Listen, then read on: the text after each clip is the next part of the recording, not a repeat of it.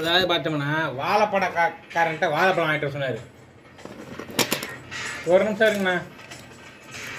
வாழைப்பழங்காரன்ட்ட வாழைப்பழம் வாங்கிட்டு சொன்னார். நான் வாழைப்பழம்கிட்ட போகவிட்டு பல வருஷமாக ஆகி போச்சு. அவருக்கு இதே வாழைப்பழம் தானே.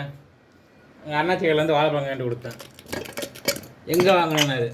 அண்ணாச்சி கடையில் வாங்கிட்டு வந்தேன் அப்படின்னு. எனக்கு வாழைப்பழம் வாங்கினாரு. சரி, அதோட நான் விட்டேன். அவர் வாங்கிட்டு அந்த வாழைப்பழத்தை அப்படியே எடுத்துகிட்டு போயிருந்தார். நான் எடுத்துக்கணும் வெளில வச்சுட்டேன் வாழைப்பழத்தை. அந்த மேட்டர் அத்தோட முடிஞ்சு யாருமே சாப்பிடல. அவனும் சாப்பிடல, அவரும் சாப்பிடல, நானும் சாப்பிடல. அப்படியே வச்சுட்டோம்.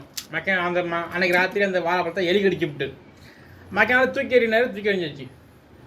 கடிச்சு எலி செத்து கிடந்துருக்குது. சரியா செத்து எடுக்கல சொல்லி சொல்கிறாரு. இந்த பழமான லட்சணம் பாருங்க, வெளியில் வீடு போய் கிளம்புனா கிடக்குவாரு. அந்த எலி யானை அடிச்சு கொண்டாந்து போட்டிருக்கான். அந்த நல்லா புரிஞ்சுங்க, நல்லா புரிஞ்சு நானே நொந்து நூலாக போய் இல்லை இல்லை ஊரா விளையாடியா சொல்லியிருக்கிறேன். எவனா பிடிக்கல இருப்பாடு இங்கே வருவாரு. மற்ற ஆளுக்கு 2 வகடினா எனக்கு 4 வகை. உங்களுக்கு இல்லை, எனக்கு. நீங்க எவனை எலி அடிச்சு பாருங்க, நான் இப்படி தான் கிடப்பேன்.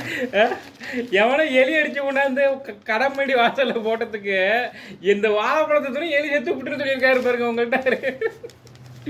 ஐயோ கடவுளை, நான் எனக்கு எப்படி வந்து மாட்டியிருக்கேன் பார்த்தீங்களா? இந்தாங்க மிச்சர் வச்சுருங்க 2 இந்தா. சரிங்களா? எப்படி வந்து மாட்டியிருக்கேன் பாருங்கண்ணே அப்படின்னாரு.